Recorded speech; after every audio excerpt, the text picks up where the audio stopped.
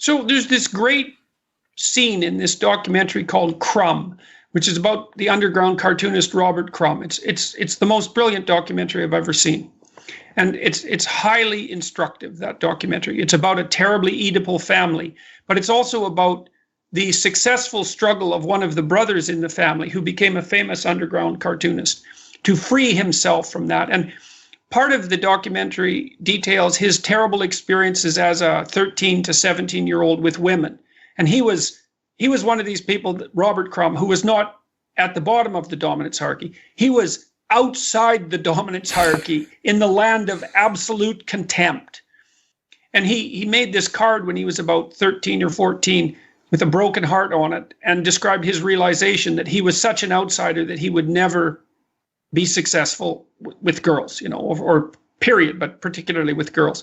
But then that freed him up, and he started to cartoon more and draw more and listen to old music, and he kind of developed his own pathway.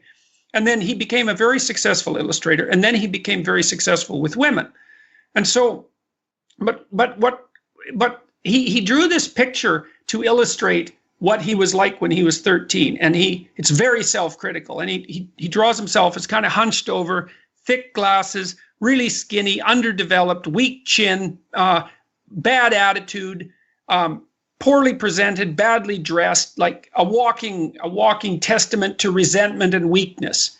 And it wasn't until he realized that he was playing that part, and that was also fueling his rejection, was he really able to move towards overcoming it. And so partly what you want to do is to go over your past and figure out, okay, what stupid things did I do, or in what manner was I insufficient so that this negative destiny was more likely to visit me?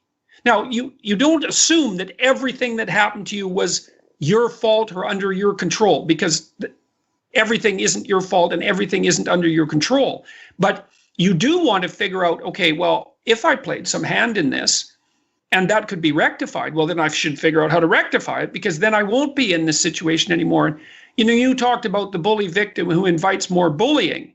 It's like, well, if you've conducted yourself in a manner such that you've attracted the attention of bullies and you haven't stopped doing that, then you're still going to attract the attention of bullies. And so your mind is very alert to such things. It's always looking for where you're weak and vulnerable and warning you about it. And it's just an alarm bell, right? It isn't necessarily a problem-solving mechanism. And so alarm bells might be going off in your head all the time, and that's very unpleasant. But the difficult process of articulating it and thinking it through can free you from that. And so that's what the past authoring program is for.